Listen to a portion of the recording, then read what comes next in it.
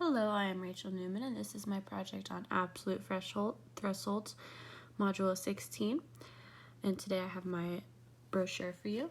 On the back, you have my quote, "The gatekeepers of the inner world feed information to the mind, weaves it all into a beautiful story," from Rasheen Pradeep.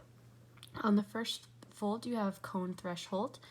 Until 2011, when science was more evolved than it was back in 2009, it has been well known that in an electromagnetic spectrum, humans can only see between 380 and 760 nanometers of wavelength, which is not much at all. However, Darren Cohen and Heidi Hoffer did an experiment on just how strong our cone threshold is.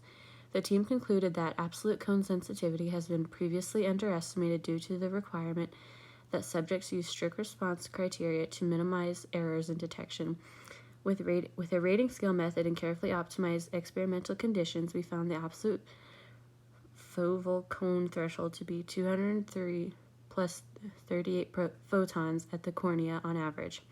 Journal of Vision, Darren Koenig and Heidi Hoffer. Altogether meaning that cone mosaic cannot be used to describe dark light limited process, but beyond that.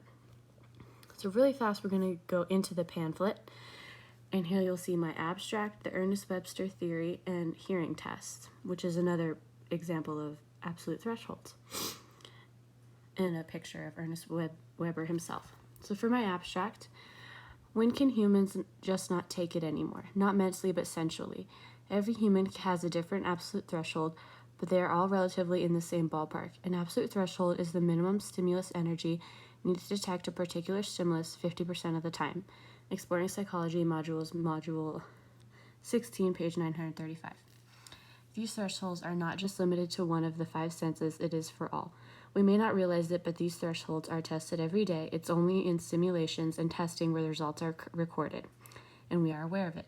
And Darren Koenig and Heidi Hoffer did studies on cone vision, while Ernest Weber studied the difference threshold.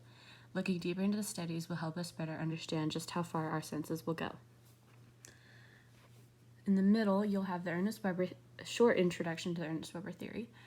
It is the most well-known he is the most well-known experimental psychologist of his time, next to Eugene Galanter. Weber developed a mathematical equation. I'm not even going to try to pronounce that, but you can see the quote there, as defined by APA Dictionary of Psychology. This equation used to express the size of difference threshold appeared to be lawfully related to initial stimulus magnitude. There's this picture right there. And then a more real-life example is the hearing test we do in school.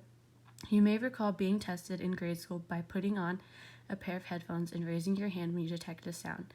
According to Mayer, these test results should show the point where for any sound frequency, half the time you can detect the sound and half the time you cannot.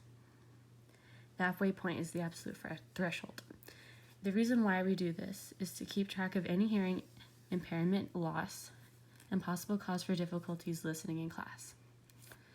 And then we go back. Absolute thresholds play an important role in our society. These help us set the mark for where we should be in terms of our senses. In turn, they can account for anything, if anything is off in our hearing, sight, taste, and smell.